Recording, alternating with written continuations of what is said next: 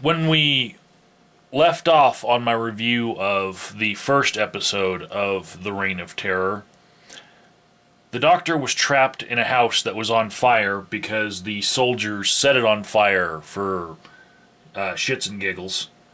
And the cliffhanger was resolved at the beginning of the second episode of The Reign of Terror. And it just involved the callback of a little boy that was in the first episode who happened to save the Doctor. And the next scene, we have the rest of the Doctor's companions, Ian, Susan, and Barbara. They are being, they're given a pretty much summary court hearing. And it seems like the judge is trying to make a political statement as to, what the lack of rights were during the Reign of Terror. And I'm just going to play that clip for you guys right now. Are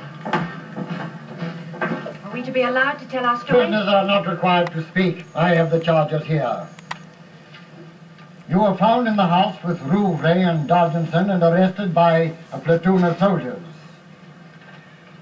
I am satisfied as to your guilt as being in the company of wanted traitors. The sentence, immediate execution. We demand the right to speak. You have no rights. You will be guillotined as soon as it can be arranged.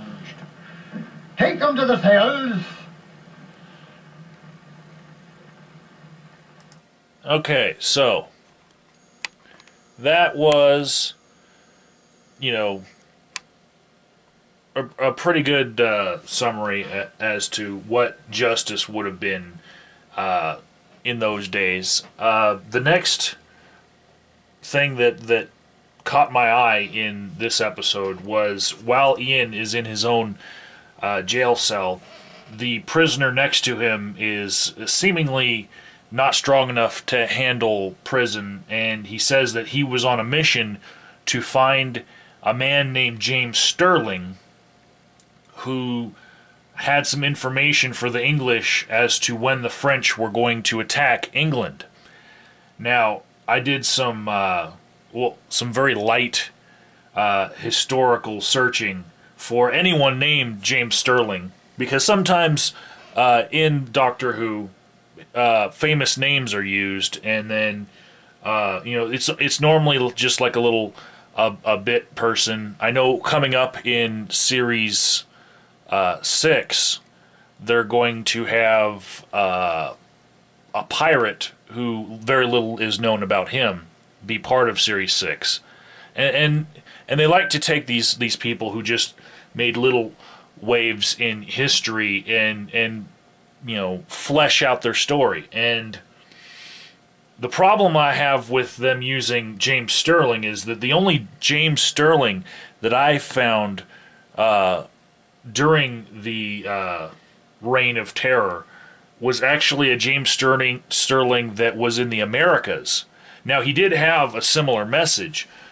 He was a Briton living in the Americas, and he said that the British needed to be more tolerant towards the Americans, because they were going to basically take every last drop of love that the Americans had for the British and turn it sour.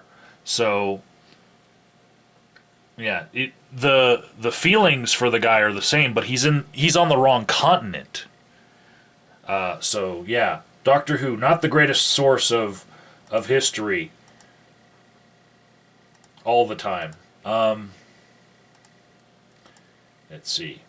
The next thing I want to show you guys is a scene where the Doctor pulls off a trick to escape from what's like a peasant chain gang. If peasants don't have papers or anything, there's some people that can just take them and make them work for them just because they don't have any identification. And this trick the Doctor pulls off, it reminds me of Warner Brothers cartoons. So I'll play this for you.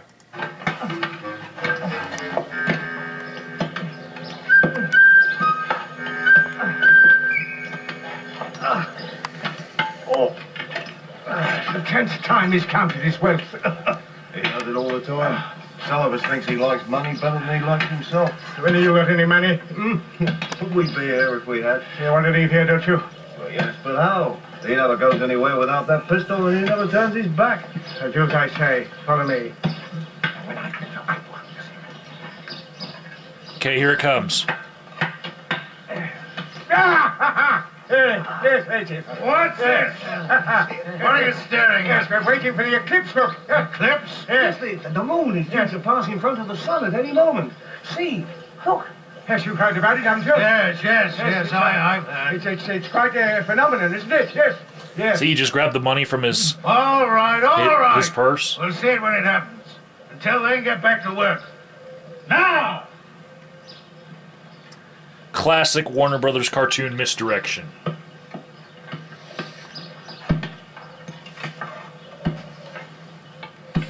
Then he hides the money in the dirt.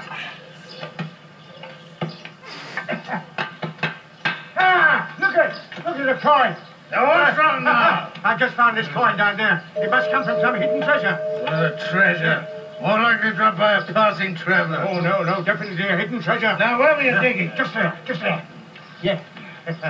And of course he's fooled by the same coins that were just in his purse that he was just looking at. Stop! Stand back! It's nothing to do with you, nothing. I'll do the digging, and then it'll be mine. Now, stand back. And of course his greed blinds him to the actions of everyone right behind him.